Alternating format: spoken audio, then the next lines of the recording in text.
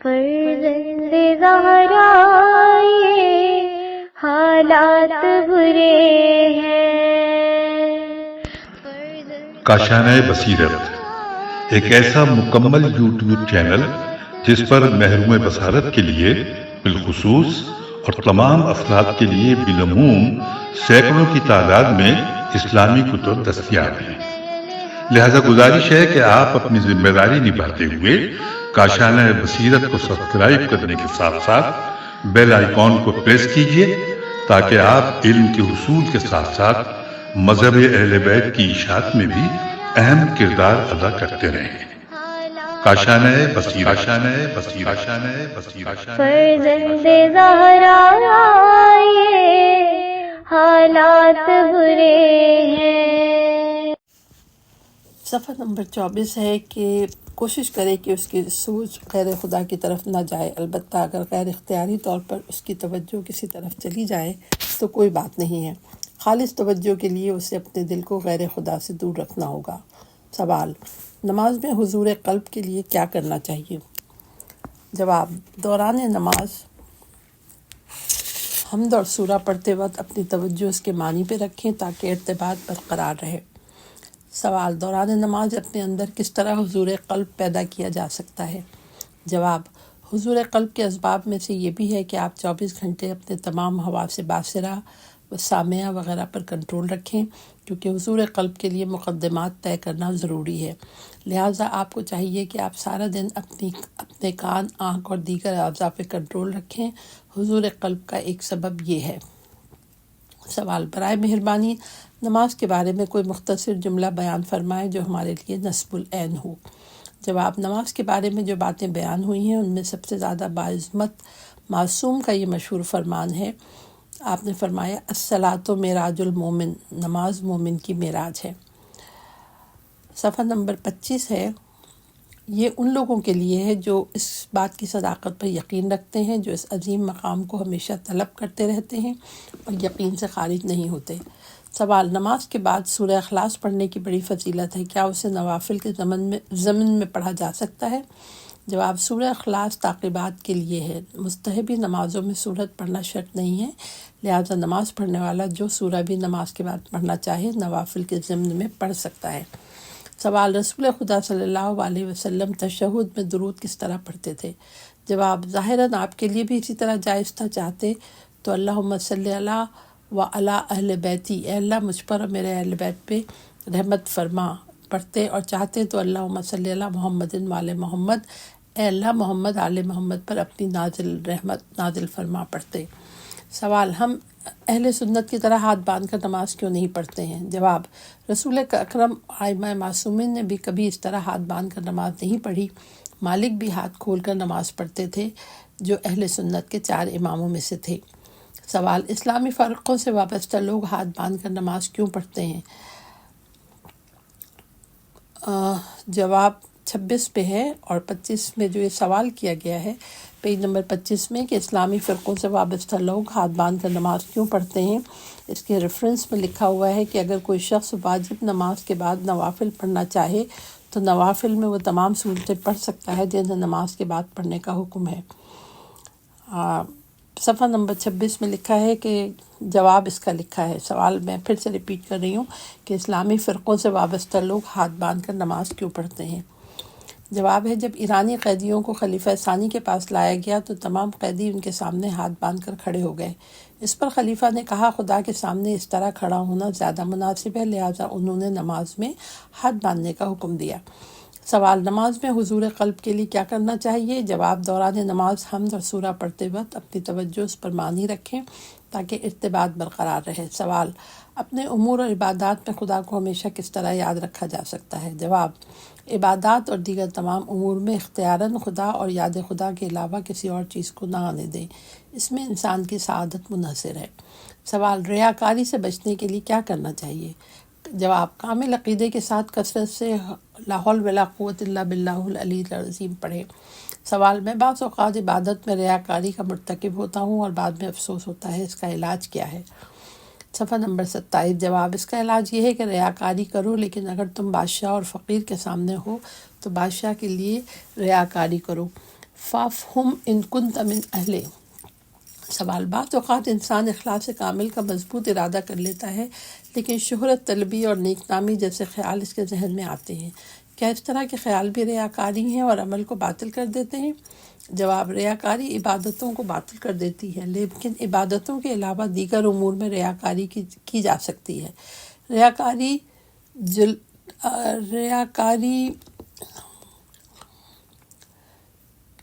کا علاج خود ریاکاری ہے۔ مثلا اگر انسان کی S.P کی نظر میں محترم ہونا اور اس کی توجہ کو اپنی طرف جلب کرنا چاہے اور نگہبان کے پاس جا کر اسے اپنی طرف متوجہ کرے اور اسے اپنے اور S.P کے درمیان واسطہ قرار دے، یہاں اسے اپنے آپ سے کہنا چاہیے کہ یہ نگہبان تو محض وسیلہ ہے۔ اگر کاغذ پر لکھے گا تب بھی بالآخر وہ کاغذ S.P کے پاس جائے گا، وہی اس پر دستخط کرے گا، لہذا بہتر یہ ہے کہ میں براہ راست S.P کو اپنی طرف متوجہ کروں۔ جو بلند مقام و مرتبہ ہے، دراصل مجھے خود S.P کے سامنے اچھا بننا چاہیے، یعنی بڑے عہدے پر فائز شخص کے لیے ریاکاری کروں۔ اسی طرح اگر انسان عقل مند ہو اور سمجھتا ہو کہ S.P سے بھی بڑا منصب ہے جیسے وزیر اور وزیر اعظم اور صدر، تو اسے اپنے آپ سے کہنا چاہیے کہ بہتر ہوگا کہ میں وزیر اعظم یا اس سے بھی بڑے عہدے پر فائز شخص کو اپنا نیک عمل کر کے دکھاؤں۔ یعنی انسان کو چاہیے کہ ہمیشہ اس کے لیے ریاکاری کرے جو بلند و بالا مقام رکھتا ہو۔ اسی صورت میں کہا جا سکتا ہے کہ ریاکاری ہی، پیج نمبر 28 ہے، ریاکاری کا علاج ہے۔ لہٰذا اگر ہم عبادات میں بھی عظیم ہستی یعنی اللہ تبارک و تعالیٰ کے لیے ریاکاری کریں تو اس میں کوئی حرج نہیں ہے اور یہی ریاکاری کا علاج ہے۔ ریاکاری کے بارے میں روایت میں ہے کہ وہ لوگ جو نماز میں ادھر ادھر دیکھتے ہیں تاکہ لوگ انہیں دیکھیں، وہ گدھوں کی صورت میں محشور ہوں گے۔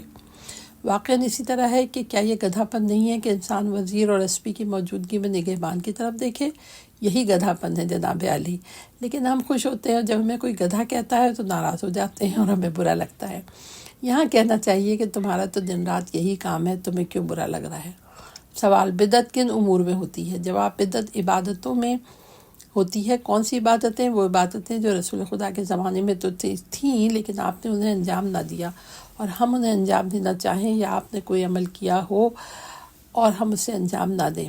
سوال، دعائے صباح کو صبح کے نوافل کے بعد پڑھنا چاہیے یا صبح کے فرائض کے بعد؟ جواب، دعائے صبح کے فرائض کی تعقیبات میں سے ہے۔ صفحہ نمبر 29 ہے، کیا میں نماز میں یہ دعا کر سکتا ہوں کہ اللہ مجھے نیک اور صالح بیوی عطا فرمائے؟ جواب، جی ہاں، انسان نماز میں ہاتھ بلند کر کے اس طرح دعا کر سکتا ہے، اللہم ارزقنی زوجۃ صالحہ، اے اللہ مجھے نیک اور صالح بیوی عطا فرمائے، یا پھر کہ اللہم رزقنی ولدا بارا، اے اللہ مجھے صالح فرزند عطا فرما۔ سوال، ایک لڑکی کی شادی نہیں ہو رہی ہے، اس سلسلے میں ہم آپ سے رہنمائی چاہتے ہیں۔ جواب، اس لڑکی کو چاہیے کہ نماز جعفر تیار کے بعد کتاب زاد المعاد علامہ مجلسی میں موجود دعا پڑھے، نمبر 2 پھر سجدے میں جائے اور گریہ کرنے کی کوشش کرے، اگر کم ہی کیوں نہ ہو۔ جب اس کی آنکھوں میں اشک آ جائیں تو اپنی حاجت طلب کرے۔ اگر حاجت پوری نہ ہو تو سمجھ لے کہ یا اس نے کم پڑھا ہے یا کامل عقیدے کے ساتھ نہیں پڑھا ہے۔ ایک اور مقام پر اسی طرح کے سوال کے جواب میں استاد بزرگوار نے فرمایا، کثرت سے، صفحہ نمبر 30 ہے، کثرت سے یہ آیت کریمہ پڑھا کرو، ربنا ہب لنا من ازواجنا وذریاتنا قرۃ اعین وجعلنا للمتقین اماما، اے ہمارے پروردگار ہمیں ہماری بیویوں اور ہماری اولاد کی طرف سے آنکھوں کی ٹھنڈک عطا فرما اور ہمیں پرہیزگاروں کا پیشرو بنا۔ سوال، نماز صبح کی تعقیبات میں بہت سے ذکر بیان ہوئے، سب سے بہتر ذکر کون سا ہے؟ جواب، تمام اذکار بہتر ہیں۔ سوال، حاجت روائی کے لیے جو نمازیں بیان ہوئی ہیں ان میں سب سے بہتر نماز کون سی ہے؟ جواب، جمعرات کی نماز کو ہرگز فراموش نہ کریں، یہ حاجت روائی کے لیے بہت مفید ہے۔ سوال، دن میں 5 مرتبہ نماز دہرانے کی حکمت کیا ہے؟ جواب، شاید نماز کے دہرانے کی حکمت یہ ہو کہ انسان کے دل میں روح عبادت برقرار رہے اور عبادت میں ترقی کا باعث ہو، اس طرح کہ ہر نماز پچھلی نماز سے بہتر اور آنے والی نماز کے لیے سیڑھی ثابت ہو۔ 31 نمبر پیج ہے کہ نماز میں حضور قلب کس طرح پیدا ہوتا ہے؟ جواب، حضور قلب کا سب سے آسان طریقہ جس کے بارے میں کوئی نہیں کہہ سکتا کہ اس میں ایسا کرنے کی طاقت نہیں ہے، نماز اور غیر نماز میں فرق نہیں، حضور قلب ہمیشہ ہونا چاہیے۔ البتہ نماز میں اس کی اہمیت زیادہ ہے۔ یہ ہے کہ جب وہ خدا اور نماز کی طرف متوجہ ہو جائے تو اختیاراً اپنی توجہ کسی اور کی طرف نہ پھیرے۔ البتہ اگر غفلت کی وجہ سے اس کی توجہ ہٹ جائے تو کوئی حرج نہیں، یہ بھی غفلت کے دیگر موارد کی طرح ہے۔ اگر انسان ایک لحظہ بھی یاد خدا میں مصروف رہے اور اپنے دل کو کسی اور طرف متوجہ نہ کرے تو یہ اس کے لیے کافی ہوگا۔ اس طرح کرنا بہت مفید ہے، اسے یا عمل کے ذریعے سمجھا جائے یا برہان کے ذریعے۔ انسان دن رات میں کتنا خدا کی طرف متوجہ ہوتا ہے، خدا کی طرف متوجہ ہونا برہان کے ذریعے ہی ممکن ہے اور تجربے اور عمل کے ذریعے بھی۔ سوال: شرعی واجبات اور مستحبات میں سے سب سے زیادہ کون سی چیز ہماری سعادت اور خوشبختی کا باعث ہے؟ جواب: ہمیں دیکھنا ہوگا کہ اللہ تعالیٰ نے ہمیں سب سے زیادہ کس چیز کی تاکید کی ہے۔ نماز کا اہتمام کرنا سب سے زیادہ مہم ہے۔ شاید ابواب فقہ کے کسی بھی باب یا شریعت کے کسی بھی دستور کے بارے میں نماز جتنے دستور بیان نہیں ہوئے۔ جی ہاں، ہم اپنے کمال کے لیے ایسی چیز کے پیچھے جاتے ہیں جس کا نہ تو خدا حکم دیتا ہے اور نہ ہی پیغمبر، اور امام نے اس کے بارے میں بھی کچھ فرمایا ہے۔ کیسے ممکن ہے کہ کوئی چیز انسان کی سعادت کا باعث ہو لیکن خدا اور رسول نے اس سے غفلت کی ہو اور اسے لوگوں کے سامنے بیان کرنے کے لیے کسی پیر مرشد یا کتب کے حوالے کر دیا ہو؟ کیا یہ ممکن ہے؟ یہ ہے پیج نمبر 32۔ پیج نمبر 33 ہے دوسرا باب، امام زمانہ عجل اللہ تعالیٰ فرجہ الشریف۔ پیج نمبر 34 خالی ہے، اس میں کچھ نہیں ہے۔ 35 میں لکھا ہے کہ امام زمانہ فرجہ الشریف عجل اللہ فرجہ الشریف کیوں غائب ہیں اور ان کے حضور کے فیض سے کیوں محروم ہیں؟ جواب: امام زمانہ عجل اللہ فرجہ الشریف کی غیبت کا اصل سبب ہم ہیں۔ اگر آپ ظہور فرمائیں تو آپ کو کون قتل کرے گا؟ آپ کو جن قتل کریں گے یا انسان آپ کے قاتل ہوں گے؟ ہم ماضی میں امتحان دے چکے ہیں، ہم کیسے امام کی حفاظت اور اطاعت کریں گے؟ ایسا نہ ہو کہ ہم ہی انہیں قتل کر دیں۔ انسان اتنا پست ہے کہ اس نے حضرت صالح اور اس کی اونٹنی کو قتل کر دیا جو ان کے رزق اور نعمت کا وسیلہ تھی، جیسا کہ قرآن مجید میں ارشاد رب العزت ہے، وَلَكُمْ شُرْبُ يَوْمٍ مَعْلُوم، اور ایک مقررہ دن کا پانی تمہارے پینے کے لیے ہوگا۔ ایک بزرگ کہتے تھے، آپ لوگ ان کے ظہور کے لیے دعائیں کیوں کرتے ہیں؟ کیا آپ چاہتے ہیں کہ وہ آئیں اور آپ انہیں بھی قتل کر دیں؟ کیونکہ وہ لوگوں کی حکومت، حاکمیت اور طور طریقوں میں مزاحم ہوں گے۔ جن لوگوں نے دیگر ائمہ کو قتل کیا وہ پاگل نہیں تھے، بلکہ اس وقت اصل سبب بے دینی تھا۔ کیا آج بھی اسی طرح نہیں ہو رہا ہے؟ صفحہ نمبر 36 ہے۔ سوال ہمارے پاس: عصر حاضر میں امام عجل اللہ فرج شریف کے وجود اور آپ کی غیبت پہ کیا دلیل ہے؟ جواب: امام زمانہ کی غیبت کے اثبات کے دلائل میں سے ایک دلیل حدیث سے ثقلین ہے۔ اس حدیث میں انہما لن یفترقا بیان ہوا ہے، یعنی قرآن اور اہل بیت ایک دوسرے سے کبھی جدا نہیں ہوں گے، چاہے حاضر ہوں یا غائب۔ اگر کوئی شخص اس حدیث میں تحقیق کرے اور اس کا معنی سمجھ لے تو اس کے لیے مسئلہ غیبت واضح ہو جائے گا، کیونکہ ایسا نہ ہونے کی صورت میں لزم الانفکاک بین القرآن والعطرت، قرآن اور عطرت ایک دوسرے سے جدا ہو جائیں گے۔ سوال: کچھ لوگوں کا عقیدہ ہے کہ امام مہدی علیہ السلام پیدا نہیں ہوئے بلکہ بعد میں پیدا ہوں گے، اس عقیدے کی بنیاد کیا ہے؟ کیا اس سلسلے میں کوئی روایت ہے؟ جواب: امام عجل اللہ فرج الشریف کے وجود اور آپ کی خلافت پر وہ لوگ شک کرتے ہیں جو آپ کے والد گرامی امام حسن العسکری علیہ السلام کی امامت کا عقیدہ نہیں رکھتے۔ وہ لوگ جو امام حسن عسکری علیہ السلام کی امامت کے قائل ہیں وہ ان کے فرزند ارجمند حضرت مہدی عجل اللہ فرج الشریف کے آپ کے جانشین ہونے اور ظہور تک ان کے زندہ ہونے کے معتقد ہیں۔ امام حسن عسکری علیہ السلام سے نقل ہونے والی مشہور و معروف روایات اپنے فرزند ارجمند کی جانشینی، پیج نمبر 37 ہے، جانشینی کے لیے ان کی وصیت ایک ثابت اور قطعی امر ہے، اس کے معتبر ہونے پہ کسی قسم کے شک و شبہ کی گنجائش نہیں ہے۔ علاوہ ازیں آپ کا وجود اور بقا ضروریات دین میں سے ہے، کیونکہ تمام مسلمان کچھ لوگوں کی عمر کے طولانی ہونے کا عقیدہ رکھتے ہیں۔ مشرق و مغرب سے تعلق رکھنے والے لوگوں کے مشاہدات متواتر ہیں، ان میں سے صالحین، علماء و غیر علماء، آپ سے متوسل ہونے والے افراد شامل ہیں۔ انسان ان لوگوں کی صداقت پر یقین رکھتا ہے، اس یقین کا میں خود بھی ضامن ہوں۔ جس کے پاس قرآن ہے، چاہے وہ جس دور میں بھی ہو، اس کے پاس امام بھی ہونا چاہیے۔ انسان کو چاہیے کہ دونوں قرآن اور اہل بیت انسان کو چاہیے کہ دونوں قرآن و اہل بیت پر مساوی عقیدہ رکھیں۔ قرآن نورانی کتاب ہے اور یہ امام کی طرف ہدایت کرتی ہے۔ ہمارے پاس امام کا نہ ہونا اور لوگوں کا بغیر امام کے ہونا ناممکن ہے۔ اگر ہم ہر اس چیز پر عمل کریں جو ہمارے پاس ہے تب امام کا ظہور ممکن ہوگا۔ معلوم نہیں کہ امام کے ظہور کے بعد سب لوگ آپ پر دل و جان سے ایمان لائیں گے، بلکہ کچھ لوگ مجبور ہو کر آپ پر ایمان لائیں گے۔ ہم سمجھتے ہیں کہ دعائے تعجیل فرض دعا کرنے والے کی عدم شقاوت سے مربوط ہے، لیکن ایسا نہیں، کیونکہ جب امام ظہور فرمائیں گے تو کیا تمام انسان شقاوت و بدبختی سے باہر آ جائیں گے؟ صفحہ نمبر 38 ہے۔ ایسا نہیں ہے۔ مومنین کے لیے ظہور امام برکت و وسعت کا باعث ہے۔ سوال: آپ کی ولادت کس طرح ثابت ہے؟ کیونکہ کچھ لوگوں کا اعتراض ہے کہ آپ کی ولادت ایک خاتون سے مروی ہے۔ جواب: اولاً جی ہاں، امام مہدی علیہ السلام کی ولادت ایک خاتون سے مروی ہے۔ آپ جو عرصہ لوگوں کے درمیان رہے، کیا اس عرصے میں کسی نے بھی آپ کو نہ دیکھا؟ ثانیاً امام حسن عسکری علیہ السلام اور دیگر ائمہ اطہار علیہ السلام نے آپ کی ولادت کی خبر دی ہے۔ علاوہ ازیں شیعوں نے ماضی میں بھی آپ کے وجود سے کرامتیں دیکھی تھیں اور آج بھی دیکھ رہے ہیں۔ ہمیں کیا معلوم کہ وہ آج کہاں ہیں اور کس مظلوم کی مدد کر رہے ہیں؟ ہمیں کیا معلوم کہ ان کے بابرکت وجود کی بدولت روزانہ کتنے کام ہوتے ہیں؟ جی ہاں، امام ظالموں کی نظروں سے پوشیدہ ہیں۔ المحجوب عن اعین الظالمین، آپ ان لوگوں کے سن کی نظروں سے پوشیدہ نہیں ہیں جو ظالم نہ ہو، نہ ظالم کے دوست۔ اس کے ریفرنس میں لکھا ہے کہ اس سے امام زمانہ عجل اللہ تعالیٰ شریف کی پھوپھی حضرت حکیمہ خاتون مراد ہے، جو باعظمت خاتون تھیں اور امام زمانہ عجل اللہ فرج شریف کی ولادت کے وقت کمرے میں موجود تھیں۔ یہ اس کا ریفرنس ہے جو کہا تھا کہ آپ کی ولادت ایک خاتون سے موصوف ہے۔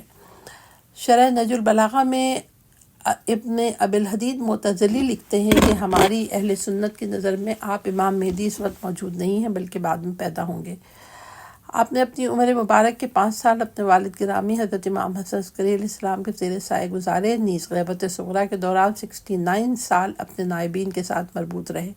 اسی طرح چند شیعہ بھی آپ کے نائبوں کے ذریعے آپ سے وابستہ تھے۔ یہ ریفرنس میں لکھا ہوا ہے۔ صفحہ نمبر 39 میں لکھا ہے کہ امام کا تعلق نہ ظالموں سے ہے اور نہ ان کا ظالموں سے تعلق ہے، نہ ہی ظالموں کے گھروں اور محلوں میں رہتے ہیں۔ ثالثاً ضروری نہیں ہے کہ صرف آنکھوں سے دیکھا جائے، بلکہ آنکھیں یقین حاصل کرنے کے لیے وسیلہ ہوتی ہیں۔ اگر کوئی شخص پردے کے پیچھے سے کسی کی آواز سنے، اسے سمجھے اور بات کرنے والے کے وجود کا یقین کر لے، پھر ہمیں ایسی باتیں بتائے جو واقعیت کے مطابق ہوں اور ہمیں ماضی اور حال کے بارے میں بھی بتائے، تو ہم بات کرنے والے پہ یقین کر لیں گے، اگرچہ اسے ہماری آنکھوں نے نہ دیکھا ہو۔ رابعاً ہمارے بہت سے بزرگ علماء نے بھی امام عجل اللہ فرجہ الشریف کو دیکھنے کا دعویٰ کیا ہے۔ اگر ہم کہیں کہ انہوں نے جھوٹ بولا ہے تو ہماری کیا حالت ہوگی؟ ہم اچھی طرح جانتے ہیں۔ سوال: ہم دعا میں کہتے ہیں کہ لا تجعل مصیبتنا فی دیننا، یعنی یہاں دین میں مصیبت سے کیا مراد ہے؟ جواب: اس سے وہی مصیبت مراد ہے جس کا ہمیں اس وقت سامنا ہے، یعنی امام زمانہ عجل اللہ فرجہ الشریف سے جدائی۔ اس سے بڑی مصیبت اور کیا ہو سکتی ہے؟ خدا ہی جانتا ہے کہ اس جدائی کی وجہ سے ہمیں کن کن محرومیوں کا سامنا کرنا پڑ رہا ہے، کیونکہ دین میں مصیبت کا لازمہ دنیاوی مصیبتیں ہیں، اس کا الٹ نہیں۔ سوال: سفیانی کون ہے؟ ظہور کے وقت اس کے فتنوں کی مختصر وضاحت کریں۔ کچھ لوگ کہتے ہیں سفیانی اس وقت موجود ہیں، کیا اس بات کی تائید کرتے ہیں؟ پیج نمبر 40 ہے۔ جواب: کچھ روز پہلے میں نے اہل سنت کی کتاب میں پڑھا کہ سفیانی یزید اور معاویہ کے ذریعے ابو سفیان سے منسوب نہیں ہے، بلکہ وہ معاویہ کے ایک اور بھائی کے ذریعے ابو سفیان تک پہنچتا ہے۔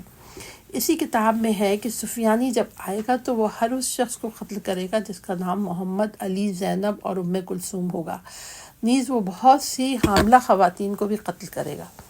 ایک روایت میں ہے کہ سفیانی عراق کے فلاں محلے یا فلاں علاقے میں 1,70,000 افراد کو قتل کرے گا۔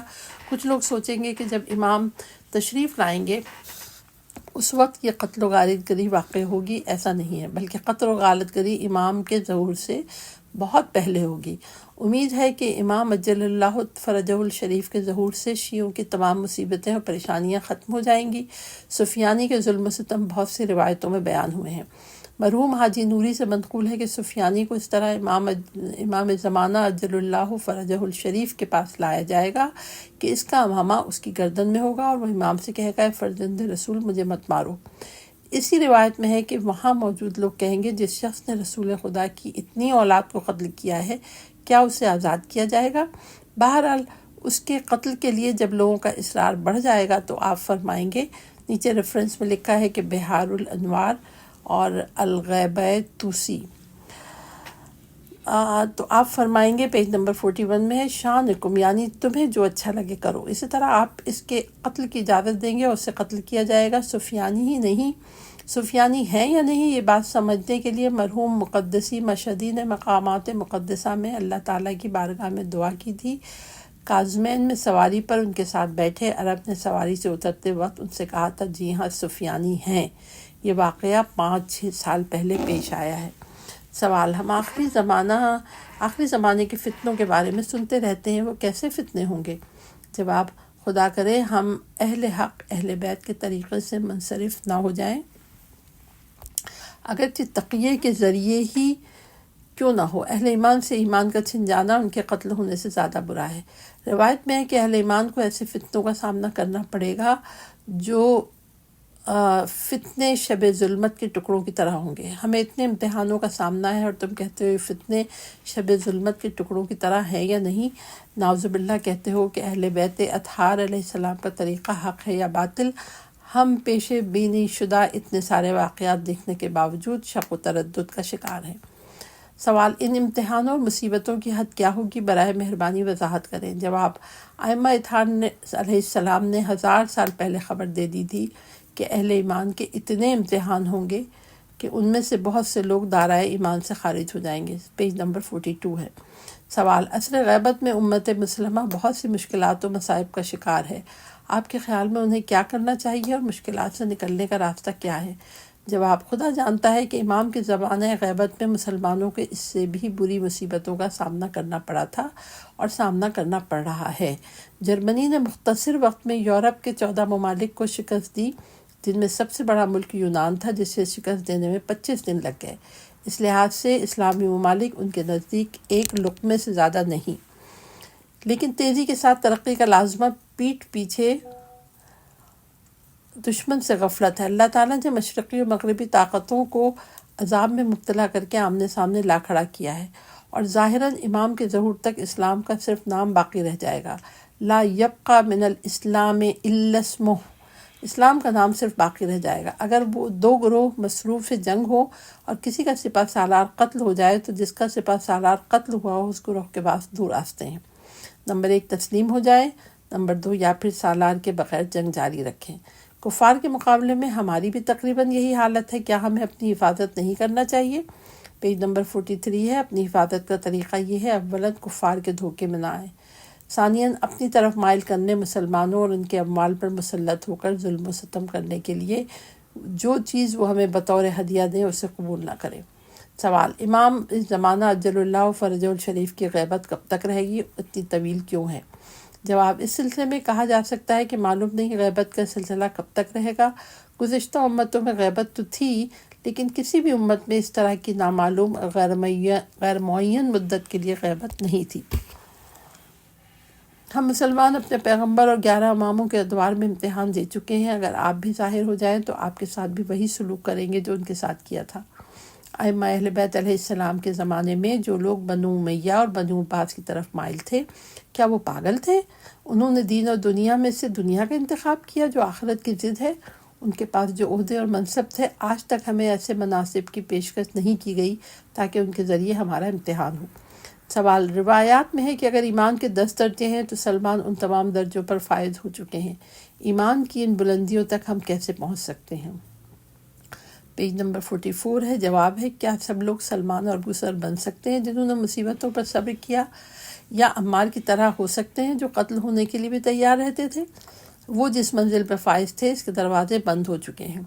دنیا اور جو کچھ اس میں ہے سلمان کی ایک رات کی نماز جتنی بھی اہمیت نہیں رکھتی۔ آپ بھیڑ کی کھال پہ بیٹھتے تھے، عجیب و غریب قسم کی نماز پڑھتے تھے، اس کے باوجود فرمان ہے کہ زمانہ غیبت کی عبادت زمانہ حضور کی عبادت سے افضل ہے۔ اس سے معلوم ہوتا ہے کہ ہمارے لیے اس سے بھی بلند و بالا مقام تک رسائی ممکن ہے۔ ہم نے علماء کی عجیب و غریب کرامتیں دیکھی ہیں جنہیں بیان نہیں کیا جا سکتا۔ سوال: زمانہ غیبت میں ہمارا وظیفہ کیا ہے؟ جواب: گویا ائمہ اطہار علیہ السلام نے ہم پر اتمام حجت کے لیے فرمایا ہے کہ فرج امام زمانہ عجل اللہ فرجہ الشریف کے لیے بہت دعائیں کرو، البتہ دعا صرف زبانی نہیں ہونا چاہیے، نیز فرمایا کہ پہلے بیان ہونے والے طور طریقوں پہ عمل کرو، یعنی پیش آنے والے حوادث اور واقعات پر اسی طرح عمل کرتے رہو جس طرح پہلے عمل کرتے تھے۔ ائمہ اطہار علیہ السلام ہمیں بتانا چاہتے ہیں کہ یقین پر عمل کرو، جہاں تمہیں یقین نہ ہو وہاں ٹھہر جاؤ اور احتیاط کرو۔ پیج نمبر 45 ہے۔ سوال: ہم خود کو ظہور کے لیے کس طرح تیار کریں؟ جواب: آمادگی کا ایک راستہ توبہ ہے۔ توبہ کے ذریعے ان تمام مصیبتوں کو ختم کیا جا سکتا ہے جو اس وقت شیعوں کو درپیش ہے، اور پہلے کبھی انہیں اس طرح کی مصیبتوں کا سامنا نہیں کرنا پڑتا تھا۔ سوال: کیا ہمارا اعمال نامہ امام زمانہ عجل اللہ فرجہ الشریف کے سامنے پیش ہوتا ہے؟ آپ ہمارے اعمال کو دیکھ رہے ہیں؟ جواب: ہر ہفتہ پیر اور جمعرات کے دن لوگوں کے اعمال امام زمانہ کے سامنے پیش ہوتے ہیں۔ ہم صرف اتنا جانتے ہیں کہ ہم ویسے نہیں ہیں جیسا ہمیں ہونا چاہیے۔ وہ چیز جو ہمارے لیے شرمندگی کا باعث ہے وہ یہ ہے کہ آپ امام زمانہ عجل اللہ فرجہ الشریف تمام چیزوں کے بارے میں جانتے ہیں، سب کچھ سنتے ہیں، کیونکہ آپ عین اللہ الناظرۃ اذن اللہ السامعۃ الواعیہ ہیں۔ ہم نے امام کا قرب حاصل کرنے کے لیے کیا کیا؟ آپ لوگ جو ان کے حاضر و ناظر ہونے کے طالب ہیں، ایسے اعمال کیوں نہیں کرتے جن کے ذریعے آپ خود کو ہمیشہ ان کے سامنے دیکھیں؟ وہ ہمیں دیکھ رہے ہیں، ہم انہیں نہیں دیکھ رہے۔ Page number 46۔ ہم ان سے اتنی دور کیوں ہیں؟ کچھ لوگ سمجھتے ہیں کہ ائمہ اطہار علیہ السلام نہیں دیکھتے اور ہم مردوں کی طرح ہیں۔ ایک سنی جب سامرا میں موجود سرداب مقدس کے پاس سے گزرا تو اس نے سرداب سے ایک شخص کی آواز سنی جو بار بار کہہ رہا تھا، یا صاحب الزمان، یا صاحب الزمان۔ اس نے اسے یہ تنزیہ کہا کہ جواب ملنے تک یا صاحب الزمان یا صاحب الزمان کہتے رہو، وہ یہ بات نہیں سمجھیں گے کیونکہ نادان ہیں۔ ائمہ اطہار علیہ السلام عین اللہ ناظرہ و اذنہ الواعیہ ہے۔ جب کوئی بات کہی جاتی ہے تو وہاں موجود لوگوں کے سننے سے پہلے وہ اسے سنتے ہیں۔ سوال: ہم امام زمانہ عجل اللہ فرجہ الشریف کے ساتھ کس طرح ارتباط کر سکتے ہیں؟ جواب: ائمہ اطہار مخصوصاً امام زمانہ عجل اللہ فرجہ الشریف کے ساتھ ان طریقوں سے ارتباط کیا جا سکتا ہے: خدا کی معرفت، نمبر 1، نمبر 2، پروردگار کی خالص اطاعت۔ یہ دو طریقے خدا اور اس کی ہستیوں کی محبت کا باعث ہیں۔ جن کے ساتھ خدا محبت کرتا ہے جیسے انبیاء اکرام اور اوصیاء مخصوصاً محمد وآل محمد کے ساتھ محبت اور ارتباط کا باعث ہیں۔ ان حضرات میں سے حضرت صاحب الزمان عجل اللہ فرجہ الشریف سب سے زیادہ ہمارے قریب ہیں۔ پیج نمبر 47 ہے۔ سوال: عصر حاضر میں پوری دنیا مخصوصاً ہمارے ملک میں شیعوں کو مختلف مصیبتوں اور پریشانیوں کا سامنا ہے، اس میں ہمیں کیا کرنا چاہیے؟ جواب: ہمیں چاہیے کہ دعا عظم البلا و برح الخفا پڑھیں اور اللہ تعالیٰ سے سوال کریں کہ صاحب امام کا ظہور میں جلد فرمائے۔ ہمیں ان کا ساتھ دینا چاہیے، اگر انہیں بھیجا گیا تو ٹھیک، ورنہ ان سے دور نہ ہو، ان کی رضا سے دور نہ ہو۔ وہ دیکھ بھی رہے ہیں، ہماری ساتھی باتیں سن بھی رہے ہیں جو ہم ایک دوسرے سے کرتے ہیں۔ ہر وقت تعجیل ظہور اور مومنوں کی پریشانیوں سے نجات کے لیے دعا کرنا چاہیے۔ نیچے ریفرنس میں دعائے امام لکھی ہوئی ہے جو میں پڑھ دیتی ہوں آپ کے سامنے کہ بسم اللہ الرحمن الرحیم۔ الہی عظم البلا و برح الخفا وانکشف الغطاء وانقطع الرجا وضاقت الارض ومنعت السماء وانت المستعان والیک المشتکا والیک المعول فی شدت والرخاء۔ اللہم صلی علی محمد اولی الامر الذین فرضت علینا طاعتہم وعرفتنا بذلک منزلتہم وفرج عنا بحقہم فرجا عاجلا قریبا کلمح البصر او ہوا اقرب یا محمد یا علیو یا علیو یا محمد اکفیانی فانکما کافیان وانصرانی فانکما ناصرا یا مولا یا صاحب الزمان المان المان المان الغوث الغوث الغوث ادرکنی ادرکنی ادرکنی السعد السعد السعد الاجل الاجل الاجل یا ارحم الراحمین بے محمد وآلہ الطاہرین. پیج نمبر 40 اینڈ دین اللہم اکشف حاضہ.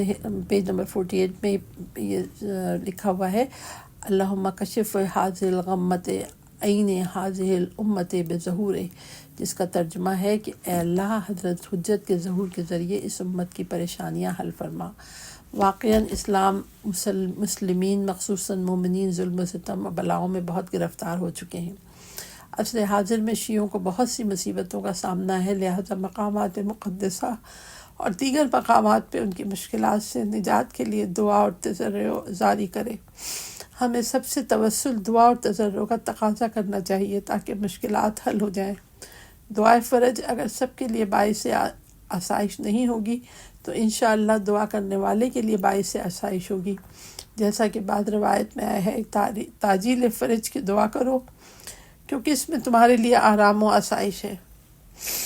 کچھ لوگ مرحوم حاج آغا شیخ حسن علی تہرانی سے متوسل ہو کر نتیجہ حاصل کرتے ہیں اور امام عصر سے متوسل نہیں ہوتے. ہمیں چاہیے سب سے زیادہ امام العصر علیہ السلام سے متوسل ہوں. اور ریفرنس میں لکھا ہے کہ اکثر الدعا بتعجیل الفرج فإن ذالکم فرجکم. تعجیل فرج کے لیے دعا کرو، یقیناً اس میں تمہارے لیے آسائش و آرام ہے. پیج نمبر 49 ہے. اور نتیجہ لیں یہ بات تسلیم شدہ ہے کہ امام عصر اجل اللہ فرجہ الشریف دوسروں سے زیادہ مؤثر ہیں. اگر اہل ایمان اپنی حقیقی پناہ گاہ یعنی حضرت امام زمانہ کو پہچان لیں اور ان کی پناہ میں چلے جائیں تو کیا ہو سکتا ہے کہ ان کی طرف سے عنایت نہ ہو. سوال کیا کوئی طریقہ ہے جس کے ذریعے ہم امام زمانہ اجل اللہ فرج الشریف سے ملاقات کریں، آپ کی زیارت سے مشرف ہیں؟ جواب کچھ لوگ امام زمانہ اجل اللہ فرج الشریف کو دیکھنے کے لیے ذکر پڑھتے ہیں. تم امام زمانہ اجل اللہ فرج الشریف کو دیکھنے کے لیے اتنا اصرار کیوں کرتے ہو؟ کوشش کرو کہ حضرت پر تمہارے عقیدے میں اضافہ ہو جائے اور وہ تم سے راضی ہو جائیں. اگر ہم جان لیں کہ عین اللہ ناظرہ خدا کی دیکھنے والی آنکھ کے سامنے ہیں تو ہمارے اندر حضرت غائب کو دیکھنے کی طاقت ہے. جبکہ ان کی مرضی کی مخالفت کرتے ہیں، ہم سے نماز و روزہ چھوٹ جاتا ہے، ہم دوسروں کی غیبت کرتے ہیں، انہیں تکلیف دیتے ہیں. کیا ہم چاہتے ہیں کہ امام ہم سے فرمائیں کہ جس کا ترجمہ ہے ابحت لکم المہر المات وسقط انکم الواجبات، کیا میں نے تم پر حرام کو حلال کیا تھا اور واجبات کو تم سے اٹھا لیا تھا؟ کیا ہوتا جو تم خدا کی عبادت کے ذریعے اس آقا امام زمانہ علیہ السلام کے ساتھ اپنے ارتباط کو محفوظ کر لیتے؟ یہ پیج نمبر 50 ہے. سوال ہے کیا یہ کافی ہے کہ ہم غیبت کے زمانے میں حضرت امام کی آمد کے منتظر ہوں اور انتظار فرج کرتے رہیں؟ جواب صرف انتظار کافی نہیں ہے بلکہ انتظار فرج کافی نہیں ہے بلکہ اطاعت اور بندگی بھی ضروری ہے. مخصوصاً ان واقعات پہ توجہ ضروری ہے جو امام کے ظہور سے پہلے رونما ہوں گے. خدا ہی جانتا ہے کہ ایمان کی کمزوری کی وجہ سے لوگوں کو کن کن چیزوں کا سامنا کرنا پڑتا ہے. کیا ممکن ہے کہ ایمان، اطاعت اور بندگی کے بغیر ہی عافیت مطلقہ حاصل ہو جائے؟ سوال کچھ لوگ صرف خدا کے معتقد ہیں، انبیاء اور ائمہ مخصوصاً امام زمانہ اجل اللہ فرج پہ یقین نہیں رکھتے ہیں. ایسے عقیدے کے بارے میں جناب عالی کیا فرماتے ہیں؟ جواب ہم امام زمانہ اجل اللہ فرجہ الشریف سے محبت کرتے ہیں کیونکہ آپ امیر نحل ہیں.